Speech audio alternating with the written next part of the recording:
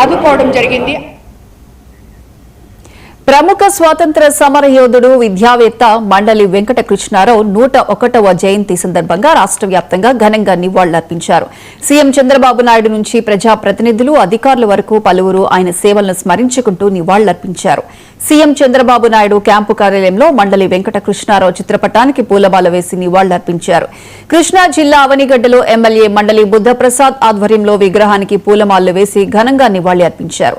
ప్రభుత్వ శాఖల ఆధ్వర్యంలో ప్రత్యేక కార్యక్రమాలు, గాంధీ క్షేత్రంలో ఉచిత కంటి, ఈఎన్టీ వైద్య శిబిరాలు నిర్వహించారు. మండలి కృష్ణారావు విద్యా వ్యవస్థలో కీలక సంస్కర్తగా నిలిచారని ఎమ్మెల్యే బుద్ధప్రసాద్ పేర్కొన్నారు. విజయనగరం కలెక్టరేట్లో జిల్లా రెవెన్యూ అధికారి సిహెచ్ సతీబాబు, ఇతర అధికారులు మండలి వెంకట కృష్ణారావు చిత్రపటానికి పూలమాలలు వేసి నివాళులర్పించారు.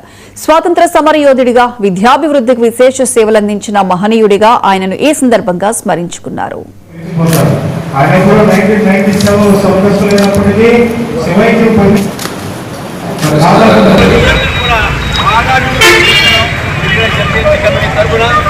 చాలా సంతోషంగా ఉంది. ఎందుకంటే 100 సంవత్సరాల చరిత్ర కలిగినటువంటి మహోన్నత వ్యక్తి.